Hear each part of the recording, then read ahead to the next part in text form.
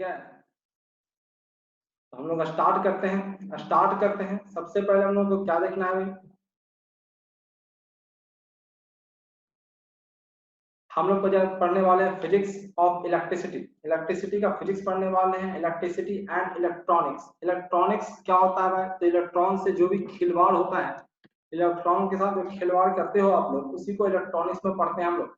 इसमें electronics component होते हैं, ठीक है, सेमीकंडक्टर से बने बहुत सारे डिवाइस होते हैं, जैसे आपका जो मोबाइल है वो भी एक इलेक्ट्रॉनिक्स कंपोनेंट है, ठीक है, यही होता है।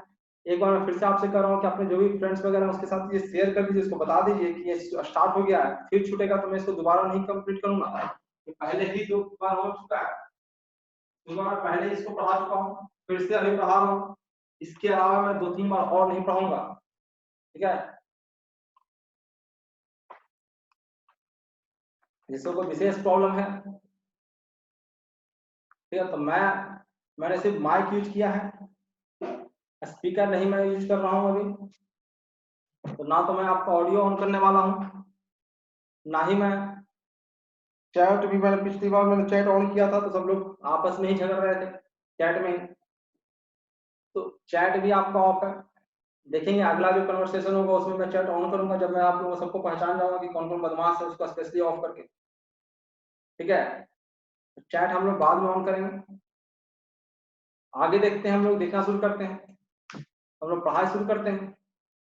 तो हम लोग फिजिक्स पढ़ने वाले हैं इलेक्ट्रिसिटी का, ठीक है, या फिर इलेक्ट्रॉनिक्स की अगर हम बात करें, ठीक है।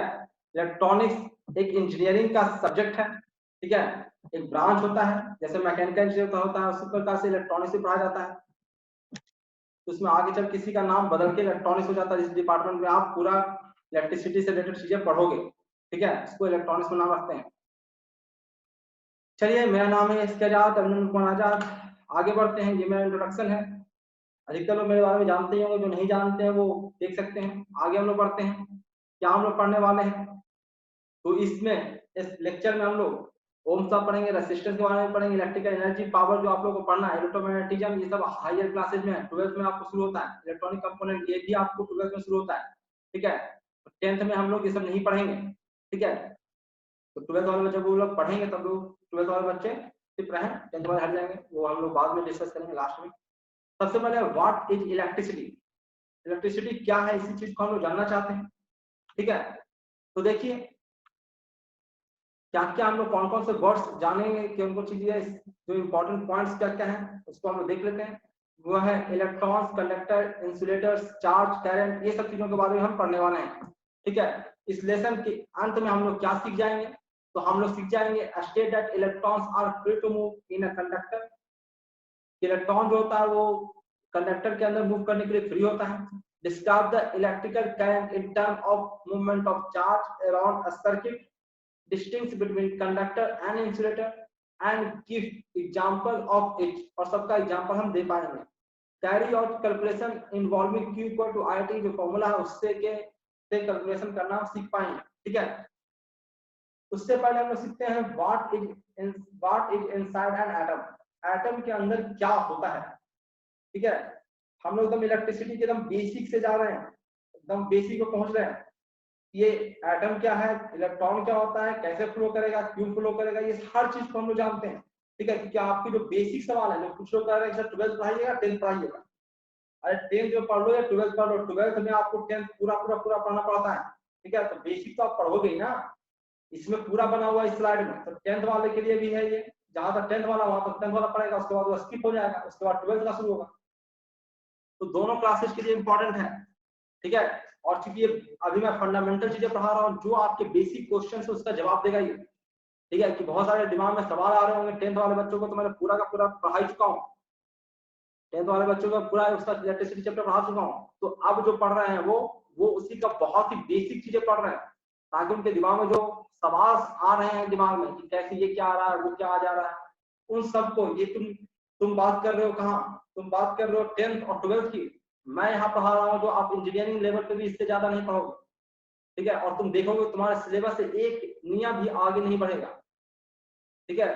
तो ये जो मैं पीपीटी बना हुआ है, ये पीपीटी आप लोगों को इलेक्ट्रॉनिक्स लिखा हुआ था, इलेक्ट्रॉनिक्स डिपार्टमेंट का है, समझ में आया। तो काफी ऊपर तक की चीजों को बहुत ही बेसिक, बहुत ही अंदर जाके चीजों को पढ़ रहे हैं, तो आप लोग इसी में कंफ्यूज, 10th पढ़ा रहा है, 12th पढ़ा रहा है, इसी में कंफ्यूज हो रहा है। ठीक है, हम हर चीज के सिलेबस को देखते हैं, जो चीजें कॉमन रहता है उसको कॉमन करके पढ़ाते हैं, जो कॉमन नहीं होने लगता है, जैसे लगता है ये चीज ऐसे 12th में है, तो मैं 10th वालों को बोल देता हूँ कि ये आपके सिलेबस में नहीं है, आप चाहो तो देख सकते हो या फिर छोड़ सकते हो, तो मैं पहले ही बता देता हूँ। तो जैसे ये है इनसाइड एन एटम, ये आपको 9th से ही पढ़ना है। ठीक है, केमिस्ट्री में पढ़ना है 9th में, 10th में भी केमिस्ट्री पढ़ना है, 11th में भी केमिस्ट्री पढ़ना है, 12th में आपको फिजिक्स में जाके पढ़ना है। एटम एटॉमिक स्ट्रक्चर नाम का एक चैप्टर है, 12th में तो ढेर सारे चैप्टर है, एटम्स भी पढ़ना है, न्यूक्लियस भी पढ़ना है, सेपरेट सेपरेट करके पढ़ना है सब चीजें। ठीक है, उसके बाद उसके जो फिनोमेना होते हैं वो सब भी पढ़ना है 12th में आपको जाकर फिजिक्स में, तो सब चीज पढ़ना है। ठीक है, तो आगे देखते हैं हम लोग क्या होता है। तो एटम के बारे में हम लोग जान रहे थे, तो एटम में सबसे पहले उसका मॉडल दिया गया था थॉमसन के द्वारा। ये सब ऑब्जेक्टिव क्वेश्चन है, जीके का क्वेश्चन नहीं सब, तो जनरल कंपटीशन का, जो कि 10th लेवल का होता है जीके जनरल कंपटीशन। तो थॉमसन मॉडल दिया गया था। थॉमसन ने क्या कहा था कि भैया जो एटम जो है वो तारबूज जैसा है, तारबूज जैसे लाल लाल सब जगह रहता है, अभी तारबूज का सीजन भी है, आप लोग खाते भी होंगे। ठीक है, तो उसमें जो लाल लाल है उसको कहा उसने सब पॉजिटिव है, उसी प्रकार का एटम भी है, और जितना जितना लाल आपको दिख रहा है उससे उस प्रकार से एटम में पॉजिटिव चार्ज भरे पड़े हैं। और जिस प्रकार तारबूज में बीज है, उसी प्रकार इसमें इलेक्ट्रॉन इनबिल्डेड होते हैं, घुसे होते हैं एक एक जगह पे, अलग अलग जगह पे, जैसे दिख रहा है आपको डायग्राम में। ठीक है, इलेक्ट्रॉन दिख रहा है, पूरा प्लस लिखा हुआ दिख रहा है आपको बड़ा सा, और उसमें बीच बीच में कहीं कहीं माइनस माइनस घुसा घुसा है। ठीक है, इस प्रकार से थॉमसन ने अपना एटॉमिक मॉडल प्रस्तुत किया, बताया लोगों को कि ऐसा कुछ है। उसके बाद आए रदरफोर्ड, रदरफोर्ड ने एक्सपेरिमेंट किया, रदरफोर्ड ने एक्सपेरिमेंट किया, उसने एक गोल्ड फॉइल लिया, गोल्ड का फॉइल, फॉइल मतलब होता है पतला परत, पतला क्या कहते हैं चादर जैसा जो काट निकालते हो आप। ठीक है, उसको निकाला उसने, ये उसने गोल्ड का ही लिया, गोल्ड का इसलिए लिया क्योंकि बहुत पतला था, जो उसका फॉइल बनाना था वो गोल्ड का ही पॉसिबल था, बाकी सब चीजों का पॉसिबल नहीं था। ठीक है, तो गोल्ड का फॉइल लिया उसने, उस पे हीलियम न्यूक्लियस अल्फा पार्टिकल्स से बमबारी कराया। अल्फा पार्टिकल कुछ नहीं होता, हीलियम का न्यूक्लियस होता है, तो अल्फा पार्ट हीलियम का न्यूक्लियस, न्यूक्लियस में क्या होगा, सिर्फ पॉजिटिव चार्ज होगा, तो हीलियम का न्यूक्लियस यानी कि अल्फा पार्टिकल पे जो चार्ज होता है वो 2+ होता है। ठीक है, तो अल्फा पार्टिकल का बमबारी कराया उसने, तो बमबारी कराया तो उसने देखा, महसूस किया क्या, उसने ऑब्जर्वेशन किया कि जो मैक्सिमम अल्फा पार्टिकल सीधा सीधा निकल जाता है, मैक्सिमम अल्फा पार्टिकल सीधा सीधा निकल जा रहा है, बस कुछ अल्फा पार्टिकल जो है, बस कुछ अल्फा पार्टिकल्स ही हैं जो डेविएट कर रहे हैं। ठीक है, कुछ अल्फा पार्टिकल डेविएट कर रहा है, बाकी सब सीधा सीधा निकल जा रहा है। सीधा सीधा निकलने का मतलब है वहां पे कोई कुछ भी नहीं है, यानी जो भी है बहुत ही कम है। उसने इससे अनुमान लगाया कि मैक्सिमम स्पेस एटम का खाली होता है, और जो उसका मास होता है वो उसके सेंटर पे कंसंट्रेटेड होता है, जैसे यहाँ पे कंसंट्रेटेड है, दिख रहा है। उसने ये माना कि जो जो होता है वो यहाँ पे कंसंट्रेटेड है, चलिए मैं दिखा देता हूँ आप लोगों को। ठीक है, ये वाला एरिया में कंसंट्रेटेड है, दिख रहा है सबको। मैक्सिमम जो मास है वो इस एरिया में कंसंट्रेटेड है। ठीक है, और उस पर चार्ज जो है वो प्लस चार्ज है। वो कैसे अनुमान लगाया, क्योंकि जो अल्फा रेज उसने भेजा था वो यहाँ से आके डिफ्लेक्ट हो गया, तो उसको समझ में आ गया कि हाँ निश्चित रूप से प्लस चार्ज रहा होगा, तभी जाके डिफ्लेक्ट हुआ होगा, ऐसे आ रहा था और इधर निकल गया। ठीक है, ऐसे आ रहा था और इधर निकल गया, तो इसने समझ में आ गया कि ये जरूर अल्फा पार्टिकल, ये जो न्यूक्लियस में चार्ज रहा होगा वो प्लस रहा होगा, बाकी सब सीधा सीधा निकल गया था। ठीक है, तो ये सब आप लोग बचपन में ही पढ़े हो, 9th में पढ़े होगे एटॉमिक स्ट्रक्चर में। ठीक है, या फिर आप फिर से 11th में पढ़ोगे केमिस्ट्री में। ठीक है, फिजिक्स में भी पढ़ना है 12th में।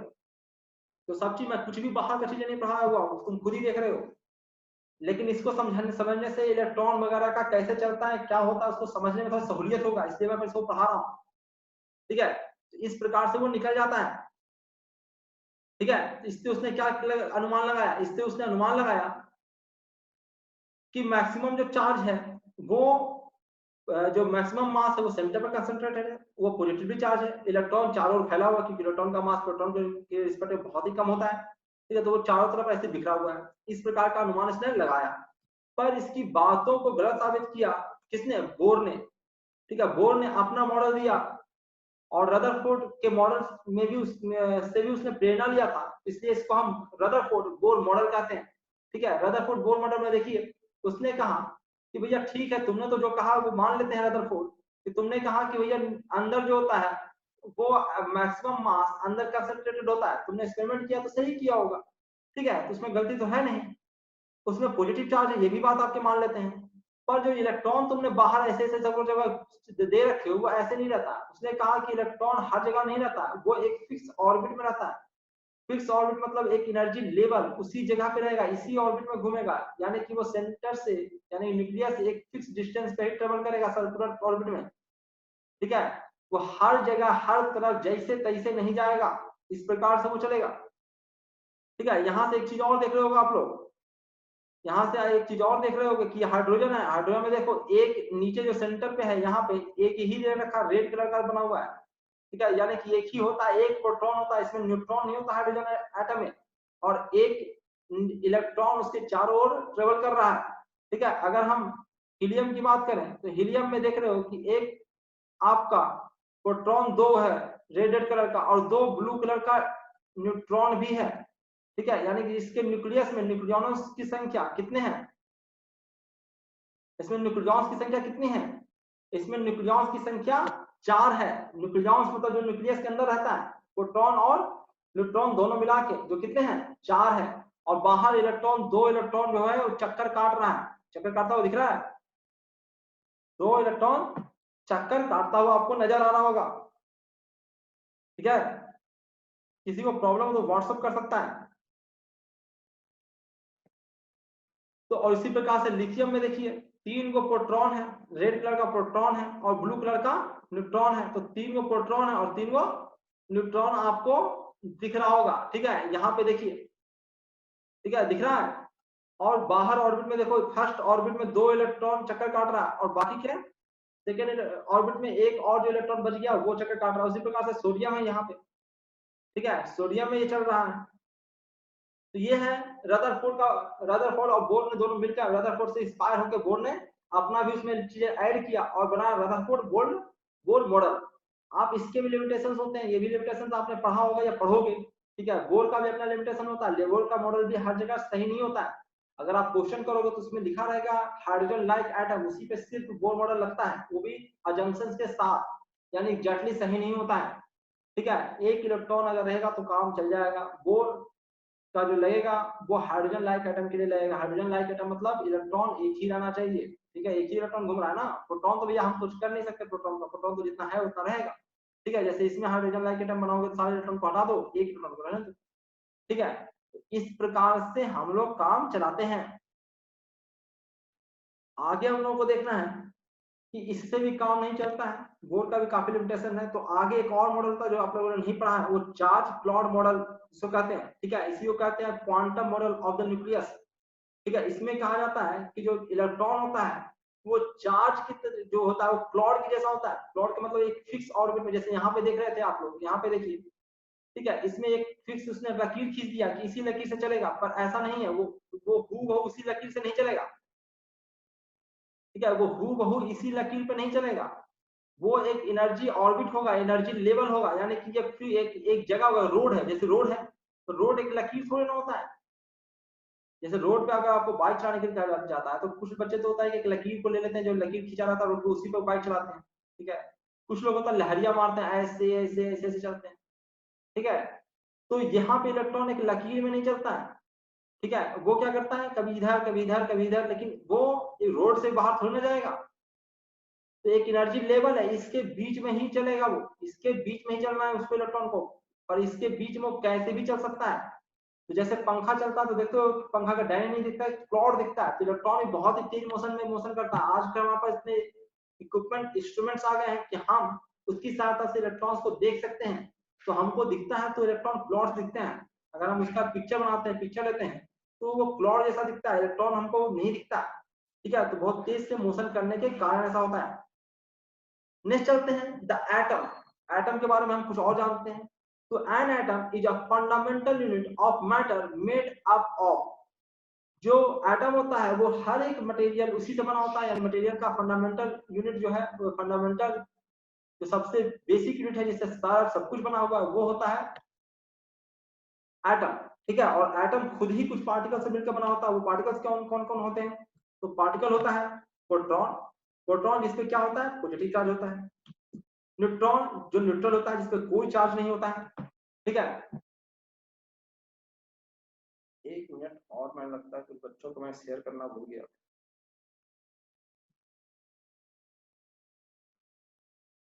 ठीक है, तो इसको आप देखिए, इसको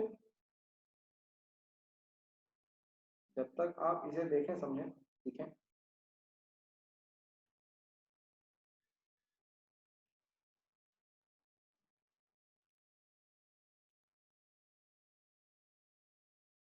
एक मिनट। तो न्यूट्रॉन आपने जान लिया, न्यूट्रॉन क्या होता है। अब हम लोग को जानना है इलेक्ट्रॉन। इलेक्ट्रॉन क्या होता है, नेगेटिव चार्ज होता है इलेक्ट्रॉन के पास, और यही तीनों पार्टिकल से आपका एक एटम बना होता है, और एटम से पूरा मटेरियल बना होता है। तो मटेरियल में भी ये सब चीजें हैं, ये समझ ही गए होंगे आप लोग। ठीक है, आगे चलते हैं हम लोग। व्हाट इज इलेक्ट्रिसिटी, इसमें और भी चीजें जानते हैं। Everything is made of atoms which contains positive particles called protons and negative particles called electrons। सारे मटेरियल को कुछ न्यूट्रल पार्टिकल भी है, पर उसकी हम बात नहीं कर रहे हैं, क्योंकि हम इलेक्ट्रिसिटी पढ़ने वाले हैं। इलेक्ट्रिसिटी है जो होता है फ्लो ऑफ चार्ज होता है, तो हम चार्ज को देख रहे हैं। ठीक है, आप लोग कुछ लिखना विखना बंद कीजिए, कुछ लिखोगे नहीं। ऐसा मैंने बंद ही कर रखा है कि आप लोग कुछ लिख पाओ। सब कुछ मैंने ऑफ कर दिया। सुबह बहुत लोग बच्चे परेशान कर रहे थे, तो इस बार मैंने सारी चीज ऑफ कर दिया, एवरीथिंग। तो हर चीज जो बना होता है पॉजिटिव और नेगेटिव चार्जेस से बना होता है। जिसमें पॉजिटिव चार्ज होता है वो प्रोटॉन होता है, और नेगेटिव पार्टिकल्स होते हैं वो इलेक्ट्रॉन होता है। ठीक है, आगे चलते हैं। जैसे यहाँ पे आप देख रहे होगे, ठीक है, आप देख रहे हो कि सेंटर में बीच में आपका प्रोटॉन है। दिखा सबको प्रोटॉन, जो लाल लाल है प्रोटॉन है। जो ये ग्रीन जैसा है वो आपका न्यूट्रॉन है। न्यूट्रॉन पे कोई चार्ज नहीं होता, प्रोटॉन पे प्लस चार्ज आपको दिख रहा होगा। उसके बाद ये जो बाहर ऑर्बिट में घूम रहा है वो है इलेक्ट्रॉन, इस पे माइनस चार्ज होता है। ठीक है, दिख लिया कैसे घूमता है वो। तो ऑर्बिट देखो, ये सब सर्कुलर ऑर्बिट है, कोई इलिप्टिकल या कोई और फॉर्म में नहीं है। हाँ, कुछ एक आपके बाहर आ रहा है, कुछ अंदर जा रहा है, कुछ उसी प्लेन में है, इसलिए आपको ऐसा दिख रहा है। समझ में आया, सभी सर्कुलर ऑर्बिट, ये लगभग सर्कुलर है। ठीक है, पर ये आपको टेढ़ा रंगा इसलिए दिख रहा है क्योंकि सर्किल कुछ प्लेन के अंदर है, कुछ प्लेन के परपेंडिकुलर है, कुछ प्लेन के पैरेलल है, इस प्रकार से है, इसलिए आपको ऐसा दिख रहा है ये। ठीक है, जैसे ये एक सर्किल है, ये आप देखिए, तो ये एक सर्किल है। ये बाहर वाला आपके पेज के बाहर आ रहा है, और ये आपके पेज के अंदर जा रहा है, ये बन रहा है। ठीक है, इस प्रकार से है। चलिए आगे चलते हैं। आगे, an atom will usually have the same number of positive and negatives। जो पॉजिटिव चार्ज होते हैं और नेगेटिव चार्ज होते हैं, उसके नंबर्स लगभग हर एटम में इक्वल होता है। ठीक है, और यही कारण है, this make the atom neutral. यही कारण है कि एटम जो होते हैं वो न्यूट्रल होते हैं। ठीक है, आगे हम लोग चलते हैं। Electric charge is given the symbol. Electric charge को हम सिंबल कैपिटल क्यू या फिर स्मॉल क्यू से डिनोट करते हैं। ठीक है, electrons are the charge carriage that flow in an electric circuit from the negative to positive terminal. Electrons are the charge carriers. Electron ही चार्ज कैरियर, चार्ज को ले जाने वाला कोई नहीं है, इलेक्ट्रॉन ही है। इलेक्ट्रॉन जहां जाएगा अपने साथ साथ चार्ज को ले जाएगा। जैसे तुम जहां जाओगे, तुम अपनी आंखों को साथ ले जाते हो, तुम ले जाते हो, और शरीर का पार्ट है वो, उसको साथ ले जाते हो तुम। उसी प्रकार से चार्ज जिधर भी जाएगा उधर, देखो जिसको नोट करना है वो नोट करता हुआ जा सकता है। ठीक है, अगर कहीं पे स्किप हो जाता है तो टेंशन मत लेना, क्योंकि मैं सब कुछ रिकॉर्ड कर रहा हूं, तो आपको भेज दूंगा वो।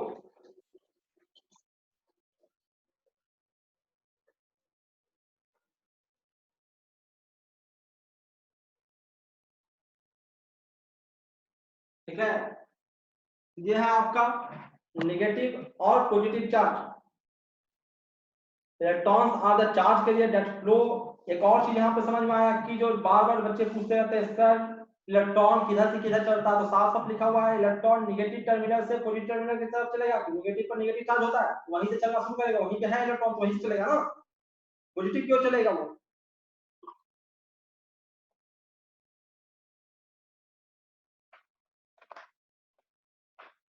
समझ में आ गया। आपके और भी कोई फ्रेंड्स हैं तो उसको आप इनवाइट कर लीजिए, बुला लीजिए। ठीक है? तो ये है आपके, इसको भी आप जान लीजिए, याद कर लीजिए, सब पूछा जाता है ऑब्जेक्टिव क्वेश्चन में। क्या पूछा जाता है कि इलेक्ट्रॉन जब करंट चलता है तो इलेक्ट्रॉन किस टर्मिनल से किस टर्मिनल की ओर जाता है। इसमें बच्चे बहुत सारे गलतियां करते हैं। ठीक है, ये आपका पॉजिटिव, ये नेगेटिव चार्ज टर्मिनल से होकर पॉजिटिव टर्मिनल की ओर जाता है, और इसी का फ्लो इलेक्ट्रॉन का ही फ्लो होता है, वही चार्ज के लिए। तो चार्ज का चलने का मतलब होता है इलेक्ट्रॉन का ही चलना, क्योंकि इलेक्ट्रॉन ही बाहर आउटर मोस्ट ऑर्बिट में होता है। ठीक है, वही सबसे आउटर मोस्ट ऑर्बिट में होता है। ठीक है, उसी वही वैलेंस, वैलेंसी आप पढ़ते होगा। वैलेंसी मतलब जो सबसे आउटर मोस्ट ऑर्बिट के जो इलेक्ट्रॉन होते हैं उसी को वैलेंसी कहते हैं। ठीक है, तो वैलेंस वैलेंस इलेक्ट्रॉन होता है वही बाहर निकल सकता है, पर जब तक वो अपने सबसे आउटर मोस्ट ऑर्बिट ऑर्बिट में या वैलेंस बैंड में रहता है, उसको जो सबसे बाहर ऑर्बिट होता है ना, जिसको तुम वैलेंसी कहते हो या वैलेंस बैंड कहते हो, वो बैंड नहीं होता है। तो valence band, sorry valence band होता है वो, यानी कि एक एनर्जी लेवल होता है। उस एनर्जी लेवल में जब तक इलेक्ट्रॉन है तब तक वो इलेक्ट्रिसिटी के फ्लो में पार्टिसिपेट नहीं करेगा। थोड़ा सा और एनर्जी मिल जाता है उसको तो वो चल जाता है कंडक्शन बैंड में, जो आप केमिस्ट्री में नहीं पढ़ते हो। ठीक है, वो कंडक्शन बैंड में चला जाता है। अगर